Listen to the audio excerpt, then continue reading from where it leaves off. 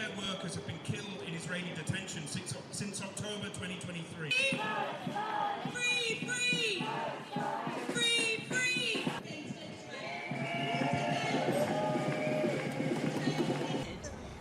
To set as an example, to silence the rest of us. And I work with a group called Healthcare Workers Watch that collects testimonies.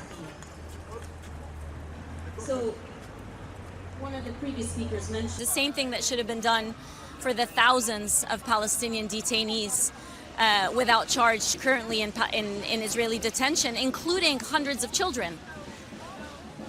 It's apply international law, intervene, sanctions. I mean, there's the red lines that have been crossed, not just since the beginning of this genocide, but even prior, the red lines that have been crossed throughout Palestine, the West Bank and Gaza and East Jerusalem, we would never accept in another context.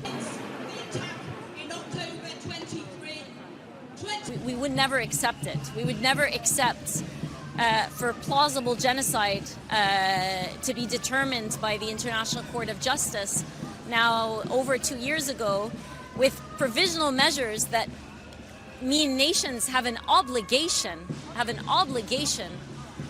to pressure Israel to not collaborate in the ways that we've been collaborating, to not continue arming this genocide. I mentioned Dr. Hussam Abu Safiya a year and a half ago in the Security Council. Nothing was done. The United States vetoed every single resolution.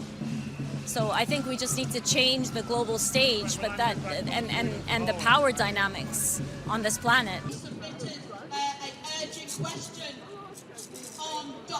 If the Western powers decided to take a serious stand on this issue, then it would be possible to get Dr. Hussam and plenty of other people who are suffering absolutely atrocious treatment in Israeli jails free. We can to make sure that Palestine is free. Absolute shock. And the message that we got on the Friday, I think. Well, I mean, they're credible in the sense that the ICC has been forced to play a role in general of condemning the atrocities and the genocide that the Israeli state has carried out much more effectively than any politicians have pretty much around the world. So they play that role, but the problem is they're toothless. Unless the governments that make up the leading levels of the United Nations decide to take action, then no action is taken, as we're seeing.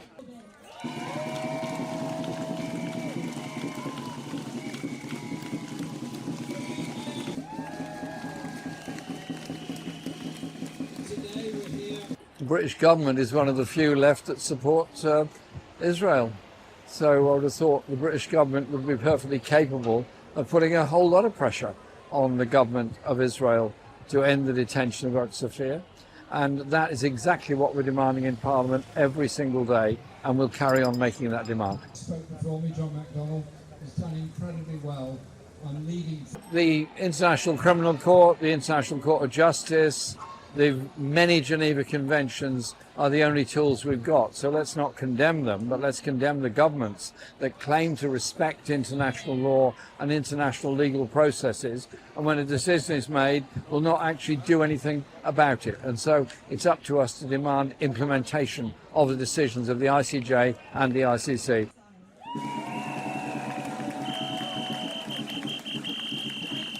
Talking about here an innocent doctor who all his whole crime was just to try to save lives, and being suffocating and suffering in jail in the cell, then his Zionist cell. This should be just eye-opening for the governments, for everyone to realize what's going on.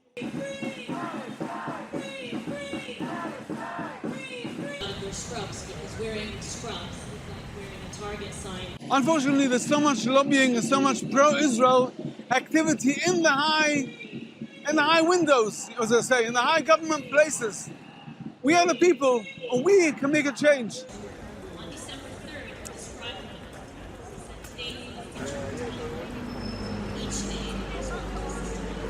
We want immediate sanctions on Israel now, no more supplying of weapons to the entity that is committing genocide for over 1,000 days, no more targeting of doctors. The UN has come out saying that they're systematically targeting children, and we know that they're systematically targeting medics. It's unacceptable. What is the point for international law and all these conventions if nothing's going to be placed for a doctor that's been known and credited for being such a good man, for helping the people of Palestine and putting his life on the line just to give back? And what are we going to do? We don't want it to be too late and him to die on the hands of our government and on the hands of our complicity. Palestine, in the face of this genocide, presents an exemplary model